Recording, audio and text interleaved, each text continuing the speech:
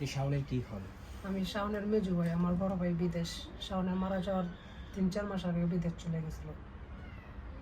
আচ্ছা, এই শাওন তো মারা গেল, আপনি মায়ের অনুভূতি শুনলাম। আচ্ছা, এই যে মারা যাওয়ার 1 বছর অতিবাহিত হলো, এর মধ্যে আপনারা গভর্নমেন্টের কাছ থেকে কি কি সহযোগিতা পেলেন? জুলাই ফাউন্ডেশন থেকে আপনার 5 লাখ টাকা দিয়েছিল। তারপরে কিছুদিন আগে আবার ডিসি অফিস থেকে 2 লাখ টাকা দিয়েছিল আর কি। আমরা এনসিপি থেকে এতটুকু পাইছি। টোটাল 5 লাখ আর 7 লাখ টাকা।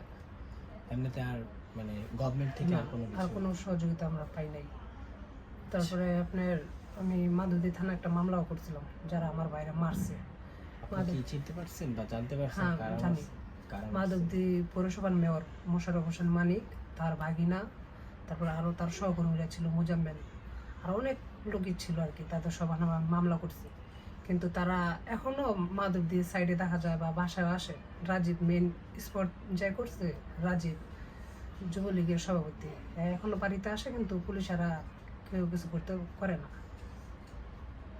আচ্ছা, মানে রাজীব কি আপনাদের বাড়ির পাশে বাড়ি নাকি আলগিরি? বাড়ির পাশে, এখানে ওনার শ্বশুর বাড়ি, আমাদের পাশে শ্বশুর বাড়ি। আপনারা যে মামলা করলেন এটার বাদী হয়েছে কে? বাদী আমি নিজে। আপনি নিজে? জি। আপনার হুমকি, হত্যার হুমকি এরকম হুমকি কোনো কিছু আসছে কিনা? প্রথম আসছিল আর কি, প্রথম আসছিল যে যাদের নামে মামলা করছে তারা খুব কত সন্ত্রাসী, লোকমান হত্যার আসামি, তারপরে হচ্ছে যে মেয়ের পাড়ার মাহবুব চেয়ারম্যান যে মারা গেছে ওনার এদের আসামি।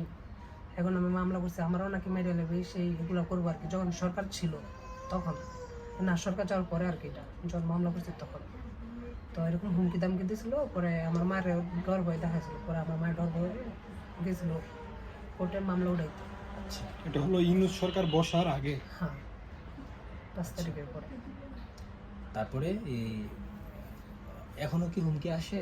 এখন এরপরে আর হুমকি টুমকি আসে নাই, এরপরে আর হুমকি আসে নাই। খায়রুল কবির খোকন ভাই নরসিংদী জেলা ছাত্র দলের সভাপতি, নাইদ ভাই, আর আমাদের পাশে আছে আর কি। আর পাশে আমাদের কিভাবে পাশে আছে? মানে এরা আমাদের দেখাশোনা করে আর কি, কেউ হুমকি টামকি দেয় কিনা, তারা এরকম ভাবে দেখাশোনা করে, খোঁজ খবর রাখে? খোঁজ খবর একটু রাখে। আচ্ছা, আর আপনার তো মা আছে, আর আপনাদের গভর্নমেন্টের কাছে আর কি দাবি? বাইকে হারিয়েছেন, মা দেখলাম যে অশ্রুর বেদনায় নৃত্য, আপনারাও মর্মাহত। এই ক্ষেত্রে আপনাদের গভর্নমেন্টের কাছ থেকে মূলত চাওয়াটা কি? সেটা হচ্ছে গিয়া, আমরা যেহেতু এখন বর্তমানে 2 ভাই আছে, আমাদের 2 ভাই থেকে 1 ভাইকে সরকারিভাবে চাকরি দেওয়া হোক। আর আমার মেইন কথা হলো গিয়া কি, ওই যে যে আসামিগুলা তাদেরকে ধরা উপযুক্ত শাস্তি দেওয়া হোক, আমি এটা চাই। আর সরকারের পক্ষ থেকে আমি একটা চাকরি চাই আর কি।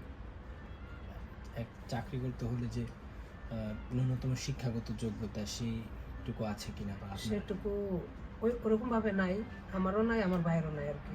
কতটুকু তাও পড়াশোনা? আমি পড়াশোনা করছি ক্লাস 5 পর্যন্ত। আচ্ছা, আর ভাই? ভাই পড়াশোনা করছিল 7 পর্যন্ত, কিন্তু তার কোনো সার্টিফিকেট না, আমারও নাই। আচ্ছা, ঠিক আছে। আপনার নাম? আমার নাম মোহাম্মদ অলিউল্লাহ।